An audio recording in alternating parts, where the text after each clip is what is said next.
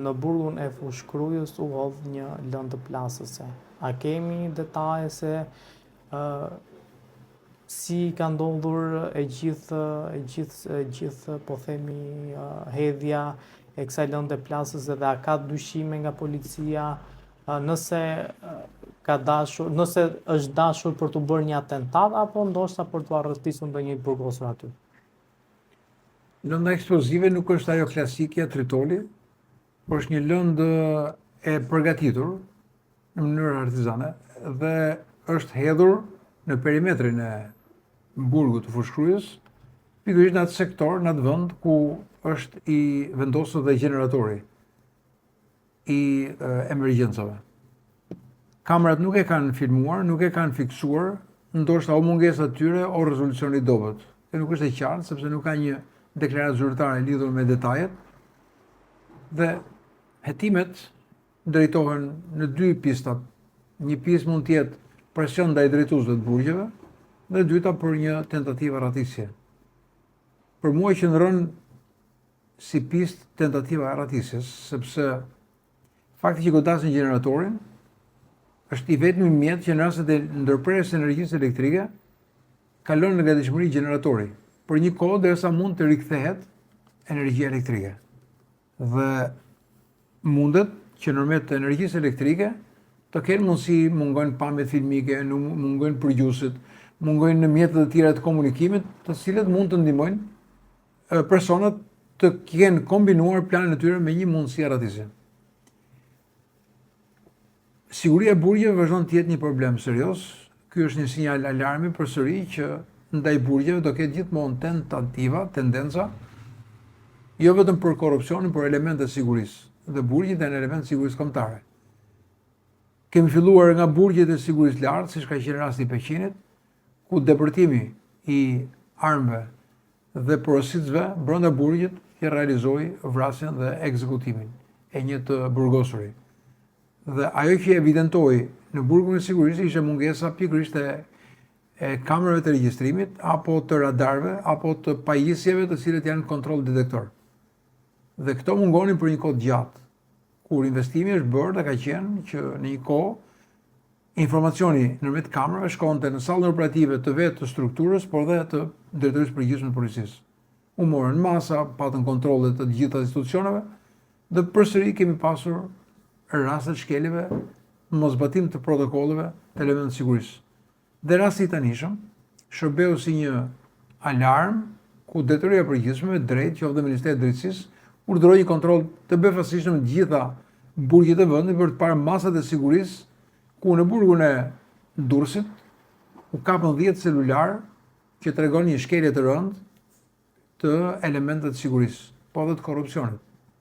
Dhe kjo kërkon një hetim si kanë hyrë këta celular, kujt i kanë takuar, forma e përfshirjes apo jo të personave të shërbimit të brendshëm, dhe a janë përdorur edhe nuk janë përdorur dhe të cilët komunikime kanë pasur këto telefon celular. Dhe masat e sigurisë ndaj burgjeve duhet të jenë të paktën nga ana e përdorimit të sistemit antidron, sepse sot hodhën lëndën shpërthyese duke ardhur në afërsi të perimetrit. Nesër krimi është aq i sofistikuar dhe aq i pajisur me teknologji sa mund të përdori dronet për të realizuar goditje të tilla dhe mundësia e identifikimit droneve bëhet shumë e vështirë nëse ato arrin të fluturojnë mbi hapësirën e burgut apo duke dëmtuar perimetrin. Dhe kontrollet, sidomos pastaj jo vetëm për teknologjinë, por edhe për burimet njerëzore, kualiteti i tyre, përgatitja profesionale, pagesat dhe mënyra e kontrollit nëpërmjet drejtorisë së përgjithshme apo Ministrisë Drejtësisë, duke dalë dhe përgjegjësitë për çdo rast. Kamerat nuk kanë qenë funksionale ose kamerat kanë qenë me rezolucion dobët. Dhe ky është një rast akoma më flagrant. Ka qenë rastësia, ka qenë bashkëpunimi, apo ka pasur një informacion nga brenda që kamerat nuk janë gjendë dhe kanë gjetur vendin ku kamerat nuk kanë qenë për të identifikuar personat, duke përdorur perimetrin, po dhe duke goditur gjeneratori. Ndërkohë gjeneratori do të ishte një pikë dhe një hallkë dobët dhe shumë e rëndësishme për të mbajtur më shumë në mbikëqyrje se sa bashkë me perimetrin. A dim se ka pasur burgosur të rrezikshmërisë së lartë në burgun e Fushkrujës? Çdo i burgosur pavarësisht nga shkalla e rrezikshmërisë, është i burgosur dhe vuan dënimin.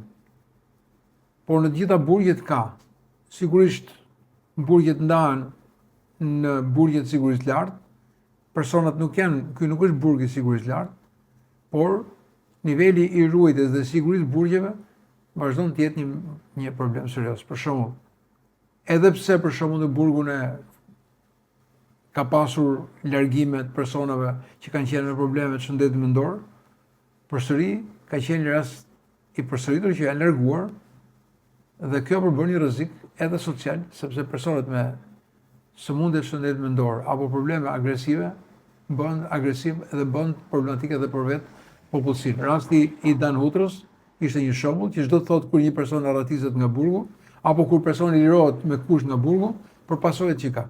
Rasti i vrasjes atyre grave, apo rastet personave të tjerë që kanë pasur tentativa nga burgjet, pra lufta për të larguar nga burgu dhe për të ikur në arrati do të jetë një luftë e vazhdueshme. Kujtojmë rastin e burgut tek Minepeza, që u zbuluar rastësisht që kishin marrë një dyqan lulesh, gërmonin për të kryer një tunel nëndeshëm për të vajtur pikërisht tek dhomat e ndalimit apo dhomat e burgimit për të ndihmuar personat që janë në burgje. Por nganjëherë nuk është vetëm ruajtja fizike e tyre, se sa është ruajtja e aktivitetit që ata mund të kryejnë. Nëse ti jep një celular dhe ai vazhdon të njëjtin aktivitet, pra liria e tij është vetëm fizike brenda mureve, por aktiviteti vazhdon të jetë si brenda territorit ashtu jashtë territorit, si për aktivitetin e lëndëve narkotike ashtu edhe për porositë e vrasje në rastet e akmarrjeve apo gjakmarrjeve të grupeve kriminale. Pëllyrshmëria në burgje për të mbajtur telefon, a është një indikacion që shumë ngjarje ose veprimtari të jashtëligjshme mund të komandojnë nga burgu? Smartphone-ut janë një armë në duart e një personi të dënuar, duke e klasifikuar aktivitetin që personi ka. Nëse po flasim për dikë që ka bërë një aksident apo ka kryer një vepër të kësaj natyre, ne po flasim për persona të cilët janë dënuar me vendim gjykate për aktivitet kriminal. Lëndët narkotike, grupet organizuar, grupet kriminale e tjerë. Dhe të tillë nuk mund të shkëputen kurrësi nga ky aktivitet dhe aktivitetin e kanë vazhduar qoftë dhe nga qelitë e burgut. Kanë gjetur mënyrën e korrupsionit në administratën e burgjeve duke futur telefonin apo pajisje të tjera të ndaluara. Dhe kjo është një problem që lidhet me atë që tham. Nuk justifikojmë dot investimin e madh të bërë në burgje nga qeveria shqiptare po dhe nga ndërkombëtarët për të krijuar ato që themi e para burgjet të jenë jo vetëm thjesht izolimi, por të jenë dhe vende riedukimi. E para nuk e kanë kryer riedukimin, por e dyta vazhdojnë të jenë vende ku drejtojnë aktivitetin kriminal. Rastet që u konstatuan nga ngjarja e Peqinit treguan që një pjesë e dhomave apo ambienteve që ishin për riedukim përdorshin për palestra për të fortit në burgje, duke përdorur më të dobët. Dhe kjo është fatale dhe pa justifikueshme, duke menduar që janë institucione të sigurisë lartë.